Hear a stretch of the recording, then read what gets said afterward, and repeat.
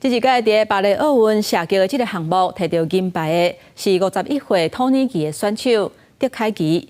伫比赛时阵，伊的枪插是真简单，而且一支手插咧裤底下开枪是受到真侪讨论。伊伫受访的时阵强调讲，摕奖牌并不是奇迹，是伊一礼拜6天，每一天4点钟拍拼练习的成果。土耳其射击国手迪凯奇采取伫咧巴黎奥运比赛迄天的姿势。正手举空气枪，倒手插伫咧裤襠底下，身躯顶无装其他的装备。看到这个办事，伊甲伊的队友塔尔汉摕到10公尺空气手枪混合团体银牌。甲其他选手全副武装，带护目镜、耳仔脱掉的一个地帽啊。迪凯奇伊的装扮是真简单、真休闲，所以有真侪网友用伊来做迷因图。日本网友形容伊是无需要装备的无后金大叔，也讲伊是一个杀手，拄好经过就参加比赛。也有人讲伊是来出差，临时互人叫去参加比赛。虽然这款拢是讲算笑的，不过射击国手会当创造这波流行，连迪凯奇家己拢感觉真意外。Tabii ben şunu söylüyorum, yani başarı her zaman dikkat çekmiştir. İyi kalpli, iyi yürekli insanlar hep güzel şeyleri paylaşır. Demek ki yaptığımız bu harekette de güzel bir şey var, bir mutluluk var, doğallık var. İnsanlar bunu kabul etti, bu da bizi ayrıca mutlu ediyor.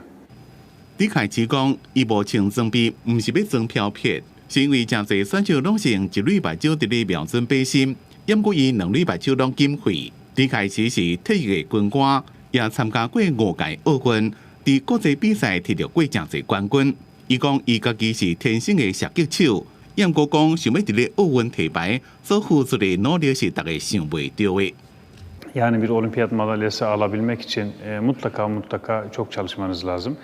Ben yaklaşık 1 yıldır burada olimpiyat madalyasını alabilmek için haftanın 6 günü ve günde 4 saat sade atış yapıyorum.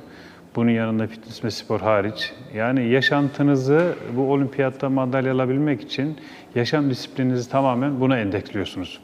迪凯奇庆行了，也提悬射击运动的知名度。国际射擊運動聯盟 ISSF 講，即馬來問確定嘅人加真多。